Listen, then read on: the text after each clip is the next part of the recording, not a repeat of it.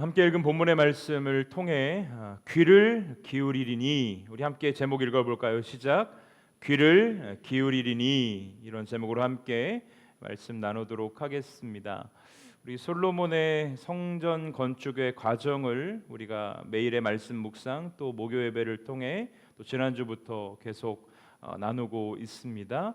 이미 성전이 이제 다 완공이 되었고, 성전 완공 이후에 하나님께서 솔로몬에게 나타나셔서 하시는 말씀들을 통해 또 그의 고백들을 통해 우리가 어떠한 신앙의 태도와 자세를 가져야 할 것인지를 함께 나누면서 도전되는 귀한 시간 되기를 바랍니다.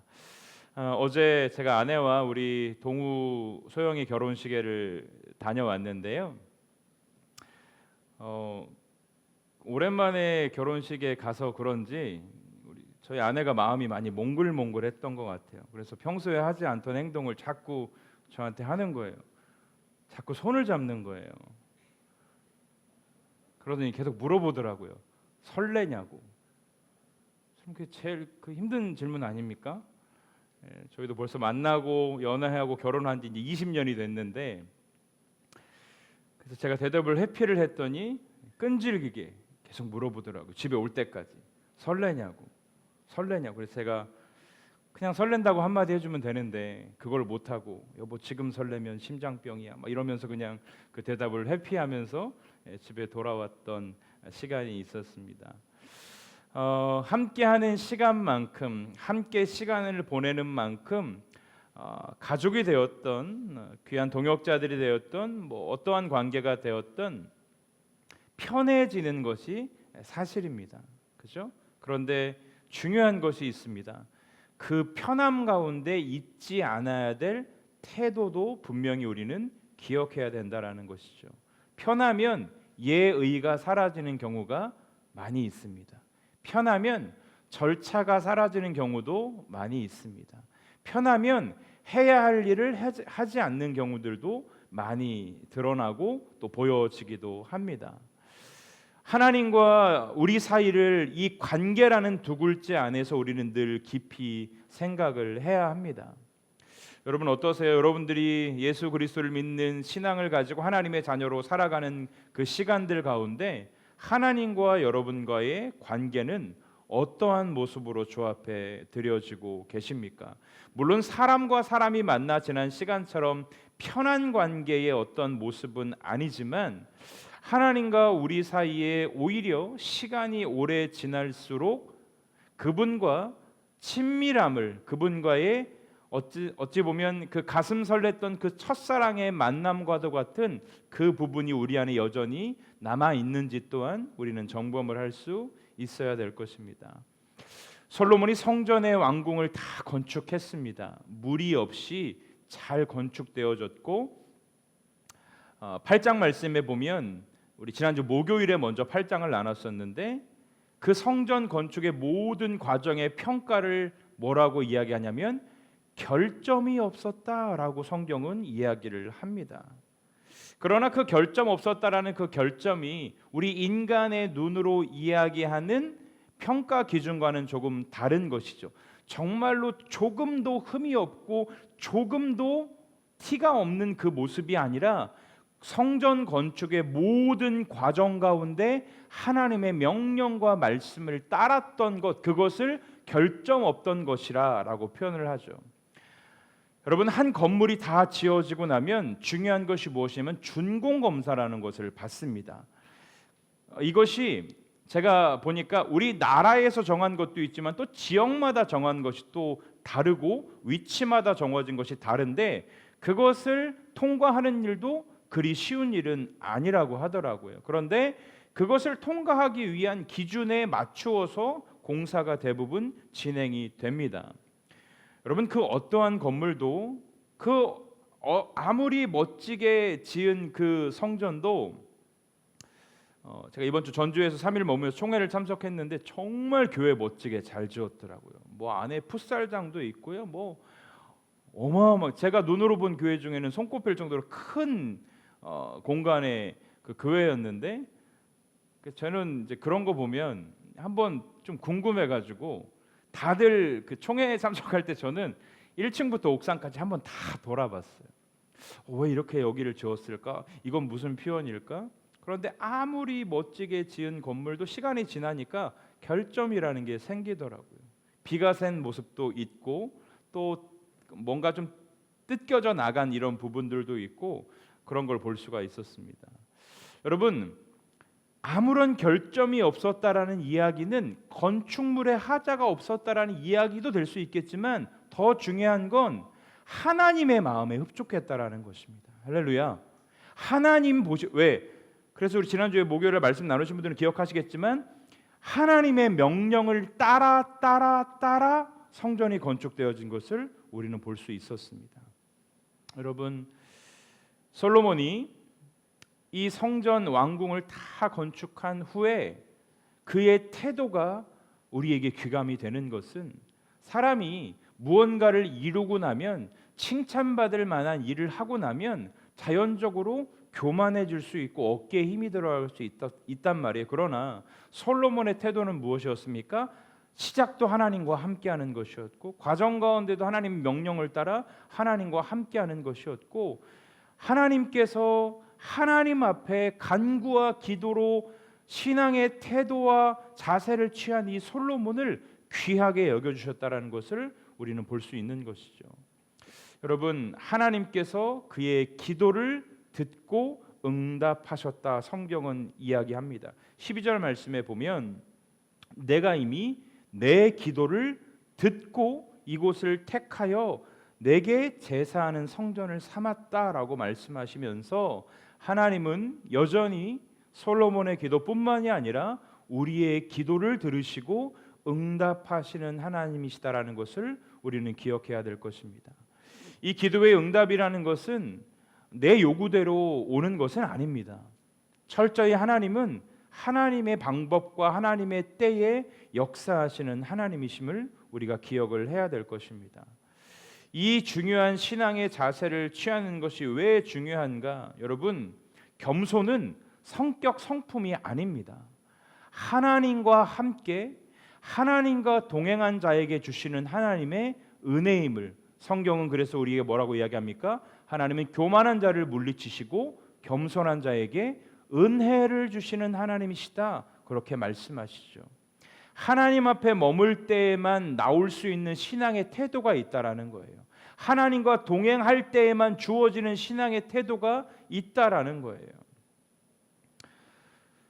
어제 결혼식을 마치고 친구 목사님이 찾아왔어요. 사실 우리 소영 반주 이렇게 하고 있는 소영이가 다니고 있는 교회 이제 담임 목사가 제 친구이니까 주례를 받고 어제 끝나고 아쉬워서 이제 교회에 찾아와서 한참 이야기를 했습니다. 그런데 참 도전이 됐던 것이 무엇이었냐면 이건 목사로서의 도전뿐만이 아니라 여러분도 한번 좀 들어보십시오. 우리 소영자매가 다니고 있는 교회, 제 친구 목사님의 교회는 사실은 대형 교회에서 분립 개척을 한 교회입니다. 그래서 한 30명의 우리 청장년들의 성도들과 함께 그리고 교회 건물을 얻고 교회 월세, 인테리어, 차량 지원, 목회자 월급까지 다 지원이 되는 그런 교회였습니다. 그러니까 사실은 시작이 그래도 여느 개척교회보다는 조금 더 안정된 환경에서 개척을 할 수 있었던 것이죠.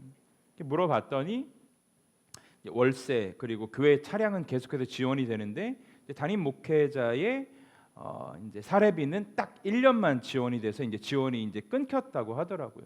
그런데 사실 그 교회는 젊은 청년들이 아니라 이미 30대 이상의 청년들이기 때문에 이미 헌금을 할 수 있는 여력이 있는 직장인들이 대부분이거든요. 제가 알기로도 재정이 부족하지 않아요. 그리고 실제로 작년 연말에 우리 그 젊음의 교회에서 저희 교회에도 이렇게 플로잉을 해주기도 했었고 그런데 그런 얘기를 하더라고요. 1년이 지나고 재정을 맡고 있는 청년들이 목사님의 사례비를 책정을 하려고 했을 때 내가 당분간 사례비를 받지 않겠다라고 선언을 했다라는 거예요. 제가 그랬죠. 받을 수 있는 상황인데 받지 못할 상황이면 뭐 그럴 수 있겠지만 받을 수 있는 상황인데 왜 그런 선택을 했냐? 등신같이 제가 그랬거든요. 그런데 참 멋진 고백하더라고. 자기는 어렵게 개척하신 분들과 달리 어찌 보면 사람도 그리고 재정적인 부분도 넉넉한 가운데 시작을 했기 때문에 종윤아, 나한테는 이 시간이 필요한 것 같아서 교회의 사례를 당분간 요청하지 않았다. 여러분, 그게 말처럼 쉬운 일일까요? 말처럼 쉬운 일일까요? 환경이 된다니까, 형편이 된다니까요. 교인들이 있어요. 헌금할 수 있는 재정적인 여유도 없지 않아요. 전도사님들도 계세요. 그런데 전도사님들 사례비는 꼬박꼬박 나가는데 담임 목사의 사례비를 받지 않아요. 그런데 이유가 딱 하나예요. 나에게 이 결핍의 시간이 필요하다라고 느껴졌기 때문에 의지적으로 그 선택을 했다라는 거예요. 학교 다닐 때부터 참 존경스러운 친구였지만 여전히 존경받기에 합당한 친구다라는 생각을 하면서 여러 가지 생각을, 또 여러 가지 저의 삶의 가치를 되돌아보는 시간이 되었습니다. 그러면서 제가 그 친구 만남 이후에 말씀을 정리하는데 그 생각이 들더라고요. 그건 하나님과 이 친구가 동행하고 있구나라는 것을 증명해 주는 것이다라는 생각이 드는 거예요. 하나님과 동행하고 하나님과 함께하지 않으면 나올 수 없는 그 자세 아닙니까? 그 선택 아닙니까, 여러분? 사람이 제일 힘든 게 뭔데요? 누릴 수 있는 걸 포기하는 게 제일 힘든 거란 말이에요. 그러면서 어찌 보면 저에게도 도움이 됐던 게 목회자로 부름받은 저의 삶에, 또 사역자들의 삶에 누릴 수 있는 것들을 포기하는 그게 없이 하나님 앞에 과연 바로 설 수 있겠는가?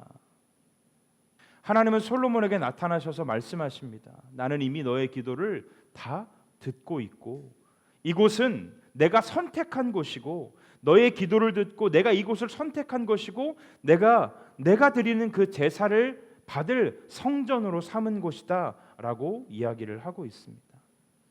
그러면서 13절 말씀에 혹 내가 하늘을 닫고 비를 내리지 아니하거나 혹 메뚜기들에게 토산을 먹게 하거나 전염병이 내 백성 가운데 유행할 그때에 우리의 삶에 이런 하나님의 징계와도 같은 시간이 경험되어질 때가 있습니다. 그러나 구약 성경에 나타난 하나님의 심판과 징계의 사건들의 이면에는 기회임을 우리는 기억해야 될 것입니다. 하나님은 심판으로 끝내시는 분이 아니라 심판을 통해 기회를 주시고 심판을 통해 징계를 통해 우리가 하나님 앞에 온전한 삶으로 살아갈 수 있도록 끝까지 기회와 은혜를 주시는 분이기 때문에 고난과 재앙조차도 우리를 일깨우는 도구로 사용하시는 선하신 하나님이시기 때문에 그래서 혹 저와 여러분의 삶 가운데 이런 위기의 상황들이 다가올 때에 우리는 왜? 라는 질문을 하기 이전에 하나님 이 시간 가운데 나에게 무엇을 요구하십니까? 하나님 이 시간을 통해 하나님께 드릴 나의 고백은 무엇입니까? 라는 그 고백, 그것이 더 귀중하고 더 소중한 것임을 우리가 기억할 수 있었으면 좋겠습니다. 그러면서 하나님은 14절 말씀을 통해 우리에게 회복의 조건에 대해서 말씀해 주고 계시는데 14절 말씀에 보면 내 이름으로 일컫는 내 백성이 그들의 악한 길에서 떠나 스스로 낮추고 기도하여 내 얼굴을 찾으면 내가 하늘에서 듣고 그들의 죄를 사하고 그들의 땅을 고칠 것이다. 하나님 앞으로 하나님께 회복하는 조건에 대해서 이렇게 이 단어를 찾을 수 있습니다. 겸손함, 그리고 기도, 또 하나님을 찾고 회개함으로 하나님 앞에 나아가는 것이죠. 스스로 낮추는 거예요. 겸손히 하나님 앞에 나아가는 것을 의미합니다. 기도하는 거예요. 전심으로 하나님을 찾고 부르짖는 것입니다. 하나님의 얼굴을 찾는다. 하나님의 뜻, 하나님의 인도하심을 구하는 거예요. 악한 길에서 떠난다. 진정한 회개와 삶의 방향을 전환한다라는 것이죠. 이것이 매일매일의 우리의 삶 가운데 필요하다라는 것이죠.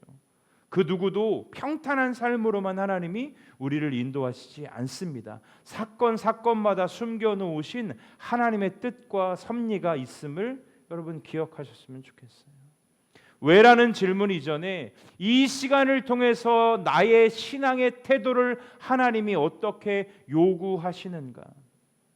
제 친구 목사님 얘기를 했지만 환경은 분명 누릴 수 있는 환경이었지만 하나님께서 그 목사님에게 그 시간을 통해 주시는 메시지는 다른 메시지였다라는 것이죠.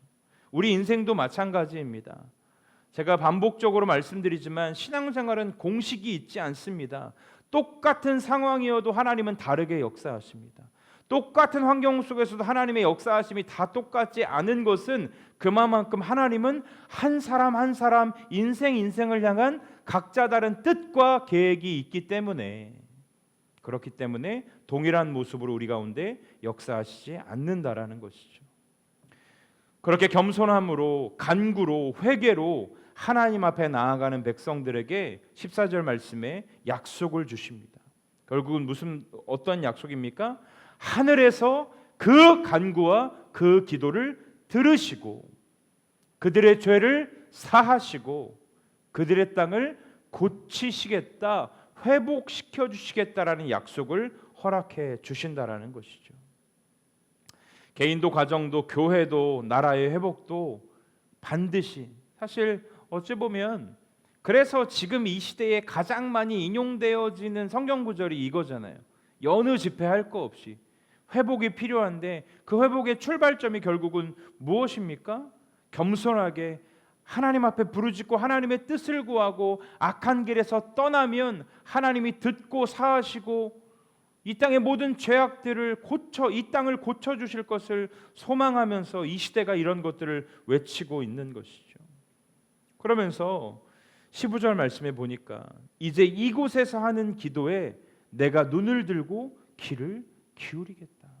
제가 제목을 여기서 잡았는데 이 귀를 기울이시겠다는 이 하나님의 약속이 저에게는 위로였어요. 하나님 어떻게 하시겠다라는 거예요? 귀를 기울이시고 다 들으시겠다라는 거예요. 무슨 이야기입니까? 사람에게 한 이야기는 잊혀지고 사라질지 모르나 우리 하나님 앞에 진실함으로 간구한 그 기도 하나님 들으신다라는 거예요. 하나님 외면하지 않으신다라는 거예요. 하나님께서 응답하시겠다라는 거예요. 내가 이곳에서 하는 그 기도, 여러분, 제가 여러분의 담임 목사지만 여러분의 개인의 영적 생활을 다 알 수가 없죠. 물론 그 영적 생활이 부유하기를 일상에서도 기도와 말씀 앞에 서기를 간구하지만 그건 저의 한계예요.